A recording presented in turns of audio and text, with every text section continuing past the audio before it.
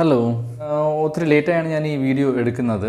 വേറൊന്നുമല്ല, ഞാനിന്ന് ഒരു ക്യാമറയിൽ വീഡിയോ എടുക്കാമെന്നൊരു പ്ലാനിലായിരുന്നു. പക്ഷേ അവസാനം എല്ലാം ട്രൈ ചെയ്ത് വന്നപ്പോൾ ക്യാമറയുടെ മൈക്കിൻ്റെ ബാറ്ററി വർക്ക് ചെയ്യുന്നില്ല.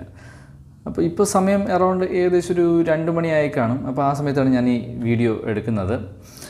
പക്ഷേ എങ്കിലും വളരെ ഇമ്പോർട്ടൻ്റ് ആയിട്ടുള്ളൊരു വീഡിയോ ആണ്. നാളെ ഞാൻ ഒത്തിരി തിരക്കുമാണ്. അതുകൊണ്ടാണ് ഞാൻ ഇന്ന് തന്നെ എത്ര താമസിച്ചായാലും ഈ വീഡിയോ എടുക്കാം എന്ന് വിചാരിച്ചത്. ഇത് ഞാൻ ഒരു ട്രേഡറായ സമയം മുതൽ ഒന്ന് ആലോചിക്കുന്നൊരു കാര്യമായിരുന്നു. പക്ഷേ അത്ര ഒരു സീരിയസ്നെസ് ഞാൻ കൊടുത്ത് വർക്ക് ചെയ്തൊരു കാര്യമല്ല. പക്ഷേ അത് വളരെ ഇമ്പോർട്ടൻ്റ് ആയിട്ടുള്ളൊരു കാര്യമാണ്. അത് എനിക്ക് ഫൈൻഡ് ഔട്ട് ചെയ്യാൻ പറ്റി. നിസ്സാരമായ കാര്യമാണ്, പക്ഷേ നമ്മൾ അത്ര വലിയ കാര്യമായിട്ടൊന്നും കരുതുന്ന കാര്യമല്ല. പക്ഷേ എങ്കിലും ഒരു ട്രേഡറിന് വളരെ സീരിയസ് ആയിട്ട് വേണ്ട ഒരു കാര്യമാണ് ഞാൻ ഇന്ന് പറയാൻ പോകുന്നത്. വേറൊന്നുമല്ല, ഇത് വളരെ ഇമ്പോർട്ടൻ്റ് ആയിട്ടുള്ള കാര്യമെന്ന് ഞാൻ പറയുന്നത് ആനുവലൈസ്ഡ് റിട്ടേൺ ഒരു ട്രേഡർ എങ്ങനെ കാൽക്കുലേറ്റ് ചെയ്യും എന്നുള്ളതാണ്. കാരണം നമുക്കറിയാം, ആനുവലൈസ്ഡ് റിട്ടേൺ കാൽക്കുലേറ്റ് ചെയ്യാൻ സിമ്പിൾ വേയിൽ വളരെ ഈസിയാണ്. അതായത് ഒരു ഇൻവെസ്റ്ററിനത് വളരെ ഈസിയാണ്. ഫോർ എക്സാമ്പിൾ, ഒരാൾ ഒരു ഇൻവെസ്റ്റ്മെൻറ്റ് 1 ലക്ഷം രൂപയ്ക്ക് ചെയ്യുന്നു. അയാൾ ആ വർഷത്തിൻ്റെ ആദ്യം മുതൽ അവസാനം വരെ 1 ലക്ഷം രൂപ തന്നെ കീപ്പ് ചെയ്യുന്നു. ഒരു 10% റിട്ടേൺ, അതായത് ഒരു 10,000 രൂപയ്ക്ക് റിട്ടേൺ കിട്ടുന്നു. സോ അയാളുടെ റിട്ടേൺ സിമ്പിളായിട്ട് 10% ആണ്. ഇതൊരു ഇൻവെസ്റ്ററിൻ്റെ കഥയാണ്. പക്ഷേ ഇൻവെസ്റ്ററിൻ്റെ കഥയെന്ന് പറയുമ്പോഴും ഇൻവെസ്റ്ററിലും കോംപ്ലിക്കേഷൻസ് ഉണ്ട്, എനിക്കറിയാം. എങ്കിലും ട്രേഡറിനിത് വളരെയധികം കോംപ്ലിക്കേറ്റഡ് ആയ ഒരു കാര്യമാണ് ആനുവലൈസ്ഡ് റിട്ടേൺ കണ്ടുപിടിക്കുക എന്നുള്ളത്. കാരണം ട്രേഡേഴ്സ് എന്നും ട്രേഡ് ചെയ്യുന്നുണ്ടായിരിക്കും. ഒരുപാട് ട്രേഡ് ചെയ്യുന്നു, അതിനിടയ്ക്ക് ലോസ് ഉണ്ടാകുന്നു, പ്രോഫിറ്റ് ഉണ്ടാകുന്നു. അയാൾ വീക്ക്ലി കൂടുതൽ എമൗണ്ട് ഇൻവെസ്റ്റ് ചെയ്യുന്നു, കുറേ എമൗണ്ട് അയാൾ വിഡ്രോ ചെയ്യുന്നു. അങ്ങനെ ഓരോ വീക്കിലും ഇൻവെസ്റ്റ് ചെയ്തുകൊണ്ട് പോകുന്ന ആൾക്കാർ കാണും. ഓരോ മന്തിലും ട്രേഡിങ്ങിനുള്ള എമൗണ്ട് ആഡ് ചെയ്ത് പോകുന്ന ആൾക്കാർ കാണും. അങ്ങനെ വരുമ്പോൾ അയാളുടെ ക്യാപിറ്റൽ എപ്പോഴും സ്റ്റേബിൾ അല്ല, ക്യാപിറ്റൽ ഫ്ലക്ച്വേറ്റ് ചെയ്തുകൊണ്ടിരിക്കും.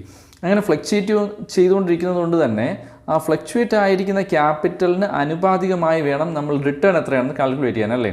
ഒരു എക്സാമ്പിൾ ഞാൻ പറയാം. ഒരാൾ, ഇപ്പോൾ എൻ്റെ എക്സാമ്പിൾ തന്നെയാണ്, ഞാൻ ഒരു 20,000 റുപ്പീസ് എല്ലാ ആഴ്ചയും എൻ്റെ ട്രേഡിങ്ങിന് വേണ്ടി ഞാൻ ആഡ് ചെയ്തുകൊണ്ടിരിക്കുന്നു.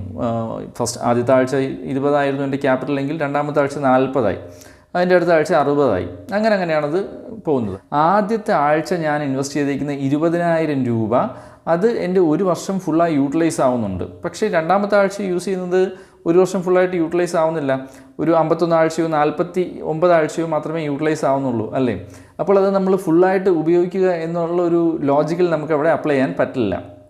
നമ്മളവിടെ നമ്മുടെ ക്യാപിറ്റൽ എന്തോരമാണോ യൂട്ടിലൈസ് ആയിരിക്കുന്നത് അതിൻ്റെ ബേസിൽ മാത്രമേ നമുക്കവിടെ റിട്ടേൺ കാൽക്കുലേറ്റ് ചെയ്യാൻ പറ്റൂ. അങ്ങനെ കാൽക്കുലേറ്റ് ചെയ്താൽ മാത്രമേ അത് കറക്റ്റായിട്ടുള്ള നമ്മുടെ ആനുവലൈസ്ഡ് റിട്ടേൺ ആവത്തുള്ളൂ.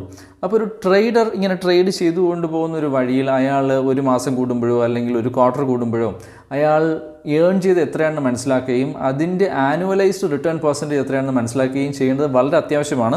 കാരണമെന്ന് വെച്ചാൽ എന്നാൽ മാത്രമേ ട്രേഡറിന് അയാളുടെ ഒരു ഡയറക്ഷൻ മനസ്സിലാവൂ. അയാൾ ശരിയായ പാതയിലാണോ പോകുന്നത്, അയാളുടെ സ്ട്രാറ്റജി കറക്റ്റായിട്ട് ഫങ്ഷൻ ചെയ്യുന്നുണ്ടോ, മാത്രമല്ല അയാൾ ഏൺ ചെയ്യുന്ന പ്രോഫിറ്റ് അയാൾ ഇടുന്ന എഫേർട്ടിനനുസരിച്ച് ആ പ്രോഫിറ്റിന് വാല്യൂ ഉണ്ടോ, ഈ കാര്യങ്ങളെല്ലാം അയാൾക്ക് മനസ്സിലാക്കാനായിട്ട് സാധിക്കുകയുള്ളൂ.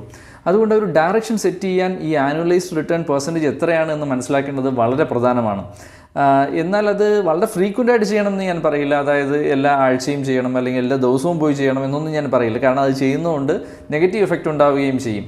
കാരണം നമ്മൾ ഒത്തിരി റിട്ടേണിനെ ഫോക്കസ് ചെയ്ത് കഴിഞ്ഞാലുള്ള കുഴപ്പമെന്ന് വെച്ച് കഴിഞ്ഞാൽ നമ്മൾ അറിയാതെ തന്നെ ഒരു പ്രഷർ നമ്മുടെ ഉള്ളിൽ ഇൻഡ്യൂസ് ആവും. അതുകൊണ്ട് തന്നെ നമ്മുടെ ട്രേഡിംഗ് ഡിസിഷൻസ് തെറ്റാവാനുള്ള സാധ്യതയുമുണ്ട്. അതുകൊണ്ട് ഒരു ക്വാർട്ടർലിയെങ്കിലും ചെയ്യണത് അത്യാവശ്യമാണ്. മന്ത്ലി ചെയ്താലും വലിയ കുഴപ്പമൊന്നുമില്ല.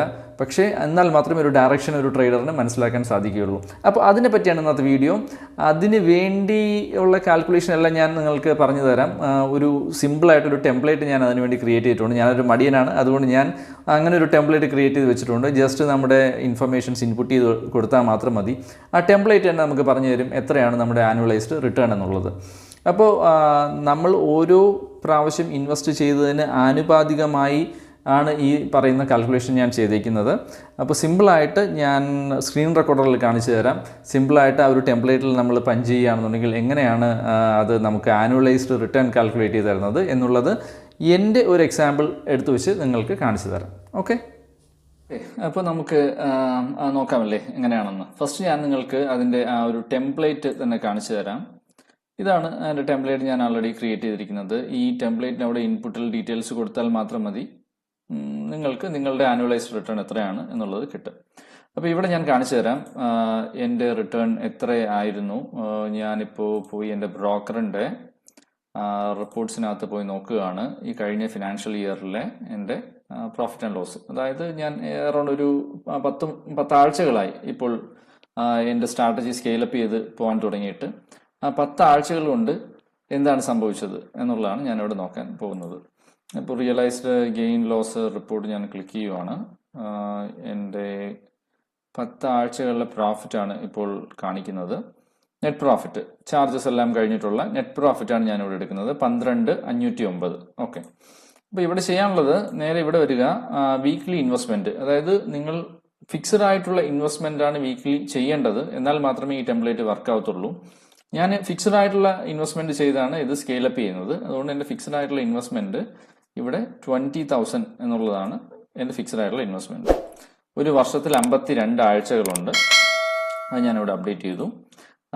പിന്നെ ഞാൻ ഇൻവെസ്റ്റ് ചെയ്യാൻ തുടങ്ങിയിട്ട് ഇപ്പോൾ 10 ആഴ്ചകളായി, അതായത് ട്രേഡ് ചെയ്യാൻ തുടങ്ങിയിട്ട് 10 ആഴ്ചകളായി. ഓരോ ആഴ്ചകളിലും ഞാൻ 20,000 രൂപ വെച്ചാണ് എൻ്റെ ക്യാപിറ്റൽ ഇൻക്രീസ് ചെയ്തുകൊണ്ടിരിക്കുന്നത്. അതുകൊണ്ടാണ് ഇവിടെ ഈ 20,000. ഇതേ ഫിക്സഡ് ആയിട്ടുള്ള എമൗണ്ടിൽ തന്നെ ഇൻക്രീസ് ചെയ്താൽ മാത്രമേ ഈ ടെംപ്ലേറ്റ് കൊണ്ട് കാര്യമുള്ളൂ കേട്ടോ. പിന്നെ എനിക്ക് ഇതുവരെ കിട്ടിയ റിട്ടേൺ എന്ന് പറയുന്നതാണ് 12,509. ഇത്രയും എൻട്രി ചെയ്ത് കഴിയുമ്പോൾ എൻ്റെ ആനുവലൈസ്ഡ് റിട്ടേൺ പെർസെൻറ്റേജ് ഇവിടെ കിട്ടി 59% ആണ്. ടിൽ ഡേറ്റ് 11% ആണ്. ആ 11%ന് ആനുവലൈസ്ഡ് റിട്ടേൺ ഇതേപോലെ തന്നെയാണ് എൻ്റെ ഒരു റിട്ടേൺ പ്രൊജക്ഷൻ വർക്ക് ചെയ്യുന്നത് ഈ വർഷം ഫുള്ളും എങ്കിൽ. ഒരു വർഷമാകുമ്പോൾ എനിക്ക് 59%, അതായത് അറൗണ്ട് 60% എൻ്റെ ക്യാപിറ്റലിൽ ഗ്രോ ചെയ്യാനുള്ള ചാൻസ് ഉണ്ട്. അപ്പോൾ ഇതാണ് ഈ ആനുവലൈസ്ഡ് റിട്ടേൺ കാൽക്കുലേഷൻ. ഈ കാൽക്കുലേഷൻ നിങ്ങൾക്ക് എല്ലാവർക്കും ഉപയോഗപ്രദമാവും എന്ന് ഞാൻ വിചാരിക്കുന്നു. ഉപയോഗപ്രദമാവുകയാണെങ്കിൽ ഡെഫിനറ്റ്ലി നിങ്ങൾ എന്നെ കമന്റുകൾ കൂടി അറിയിക്കൂ. എൻ്റെ വീഡിയോസ് നിങ്ങൾക്ക് ഇഷ്ടമാവുന്നുണ്ടെങ്കിൽ ഡെഫിനറ്റ്ലി നിങ്ങൾ ചാനൽ സബ്സ്ക്രൈബ് ചെയ്യൂ. വളരെ ഡീപ്പായി വളരെ ഫോക്കസ്ഡായി തന്നെ ട്രേഡിങ്ങിൽ നമുക്ക് മുന്നോട്ട് പോകാം. എല്ലാവർക്കും അപ്പോൾ ഹാപ്പി ട്രേഡിംഗ്. നല്ലൊരു പ്രോഫിറ്റബിൾ ട്രേഡറായി നിങ്ങൾക്ക് എല്ലാവർക്കും മാറാൻ സാധിക്കട്ടെ. Bye bye.